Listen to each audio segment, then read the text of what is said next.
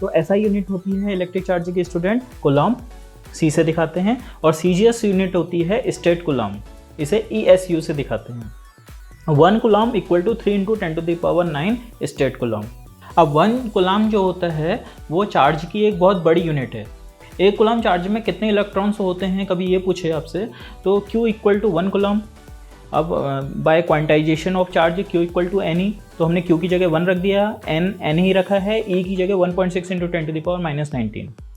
तो N equal to यहाँ से निकाला हमारा, तो 6.25 × 10⁻18। तो 6, ये N क्या होता था, N होता था हमारे पास इलेक्ट्रॉन ट्रांसफर्ड, इलेक्ट्रॉन कितने ट्रांसफ़र हुए, यानी 6.25 × 10⁻18, ये बहुत बड़ा नंबर है। तो इतने इलेक्ट्रॉन अगर एक बॉडी से दूसरी बॉडी में ट्रांसफ़र होंगे तो तब जाके एक कूलम्ब चार्ज बनता है। तो therefore 1 coulomb charge is equal to charge on 6.25 × 10⁻18 electrons. Coulomb's law. The electrostatic force between 2 point charges is directly proportional to the product of their magnitudes and inversely proportional to the square of distance between them. तो student अभी तक हमने ये पढ़ा था कि like charges एक दूसरे को रिपेल करते हैं और अनलाइक चार्जेस एक दूसरे को अट्रैक्ट करते हैं, यानी उनके बीच में अट्रैक्शन फोर्स और रिपल्शन फोर्स होता है, जिसे हम इलेक्ट्रोस्टैटिक फोर्स कहते हैं। अब 2 पॉइंट चार्जेस के बीच वो फोर्स का मैग्नीट्यूड कितना होगा, कितना फोर्स लगेगा, तो ये हमें बताता है कूलम्ब्स लॉ। तो जैसा कि आप फिगर में देख रहे हैं, 2 चार्जेस Q1 और Q2 एक दूसरे से r डिस्टेंस पे रखे हैं, तो इनके बीच में जो इलेक्ट्रोस्टैटिक फोर्स होगा according to coulomb's law, F is directly proportional Q1 Q2, inversely proportional r²। इन दोनों को कंबाइन करेंगे स्टूडेंट, तो F proportional to Q1 Q2 upon r²। Proportional sign हटेगा तो एक कांस्टेंट आता है, तो F इक्वल टू 1 अपॉन, यहाँ पर जो कांस्टेंट आएगा 1/4πε0 Q1 Q2 अपॉन r², इसे कूलम्ब्स लॉ बोलते हैं। तो इस कांस्टेंट में इस ε0 को बोलते हैं एब्सोल्यूट परमिटिविटी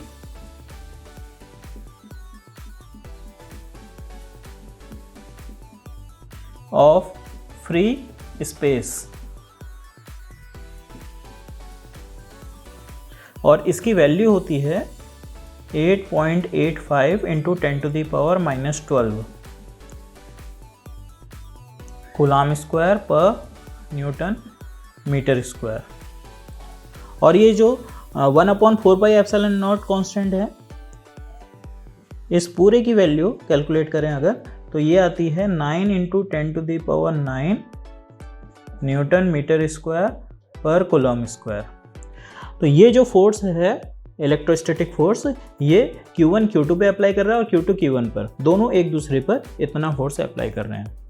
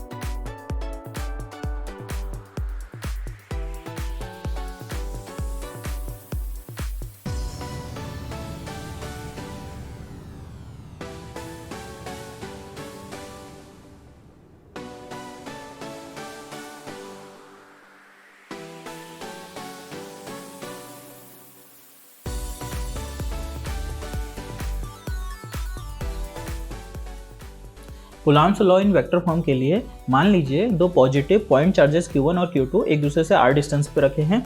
Q1 Q2 पे फोर्स लगा रहा है F21 और Q2 Q1 पे फोर्स लगा रहा है F12। बिकॉज हम Coulomb's law in vector form पढ़ रहे हैं तो हमें डायरेक्शन दिखानी पड़ेगी, तो डायरेक्शन दिखाने के लिए यूज होते हैं यूनिट वेक्टर्स। तो R12 और R21 कैप्स ये यूनिट वेक्टर हैं। तो R12 जो यूनिट वेक्टर है वो Q1 से Q2 डायरेक्शन में, और R21 जो यूनिट वेक्टर है वो Q2 से Q1 डायरेक्शन में है। According to coulomb's law force F21 equal to K Q1 Q2 upon R square. पीछे से हमने यूनिट वेक्टर लगा दिया डायरेक्शन दिखाने के लिए। तो F21 की डायरेक्शन में यूनिट वेक्टर था R12। सेम ऐसे ही, बिल्कुल ऐसे ही F12 लिखा है, F12 यानी force on Q1 due to Q2। तो इस डायरेक्शन में यूनिट वेक्टर हमारा था R21, तो K Q1 Q2 upon R square R21। तो ये जो दोनों इक्वेशन आई स्टूडेंट, इक्वेशन 1 और इक्वेशन 2, ये दोनों ही कूलम्ब्स लॉ हैं वेक्टर फॉर्म में। इन दोनों फॉर्म को देख के हमें पता चल रहा है कि इनके मैग्नीट्यूड इक्वल हैं, ये मैग्नीट्यूड इक्वल हैं। डायरेक्शन अपोजिट है बिकॉज R12 इस डायरेक्शन में यूनिट वेक्टर है जबकि R21 इस डायरेक्शन में यूनिट वेक्टर है। तो इनकी वजह से जो फोर्स हो गए वो भी अपोजिट डायरेक्शन में हो गए। तो from 1 and 2 F21 equal to minus F12, यानी दोनों जो फोर्स हैं Q1 Q2 पे जो अप्लाई कर रहा है या Q2 Q1 पे जो अप्लाई कर रहा है वो दोनों फोर्स इक्वल हैं मैग्नीट्यूड में, बस डायरेक्शन उनकी अपोजिट है। कूलम्ब फोर्स को स्टूडेंट सेंट्रल फोर्स भी बोलते हैं बिकॉज ये दोनों चार्जेस Q1 और Q2 के सेंटर को, Q1 और Q2 के सेंटर को ज्वाइन करने वाली लाइन के अलोंग लगता है।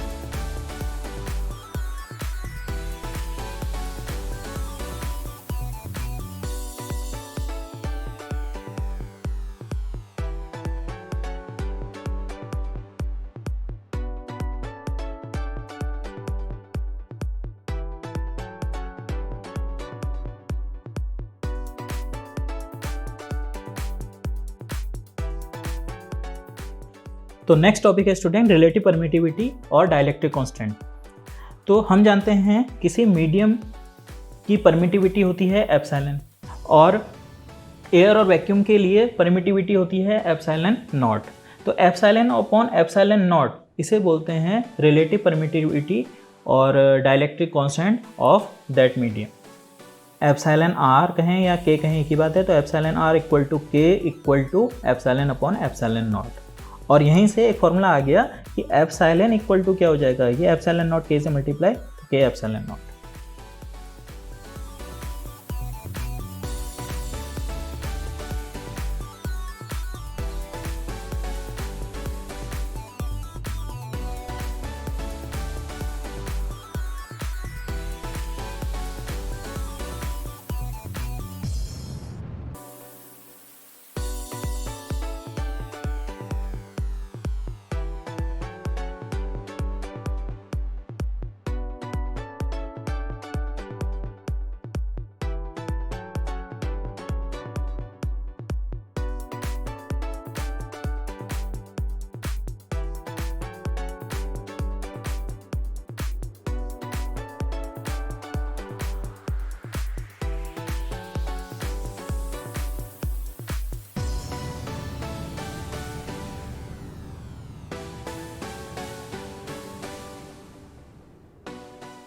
तो मान लीजिए दो चार्ज Q1 और Q2 एक दूसरे से r डिस्टेंस पर एयर और वैक्यूम में रखे हैं। तो उनके बीच में जो इलेक्ट्रोस्टैटिक फोर्स होगा स्टूडेंट, कूलॉम्स लॉ के according Fa equal to 1/4πε0 Q1 Q2 upon r²। अब यही दो चार्जेस इतनी ही डिस्टेंस पर अगर किसी अदर मीडियम में जिसकी परमिटिविटी एप्सिलॉन है में रख दिए जाएं, तब इनके बीच में जो फोर्स लगेगा Fm इक्वल टू 1/4πε। वहाँ एप्सिलॉन नॉट आया था, यहाँ पे आया epsilon Q1 Q2 upon r²। अब हम जानते हैं, अभी हमने देखा था एप्सिलॉन इक्वल टू होता है एप्सिलॉन नॉट इंटू के, तो एप्सिलॉन की जगह एप्सिलॉन नॉट इंटू के पुट कर दिया, इक्वेशन 2 बन गई। अगर इक्वेशन 1 और 2 को हम डिवाइड कर रहे हैं तो Fa upon Fm equal to, और सब तो सेम है, कैंसिल हो जाएगा, तो बचा के। तो यहाँ से डाइलेक्ट्रिक कांस्टेंट की हमारे पास डेफिनेशन आ गई स्टूडेंट।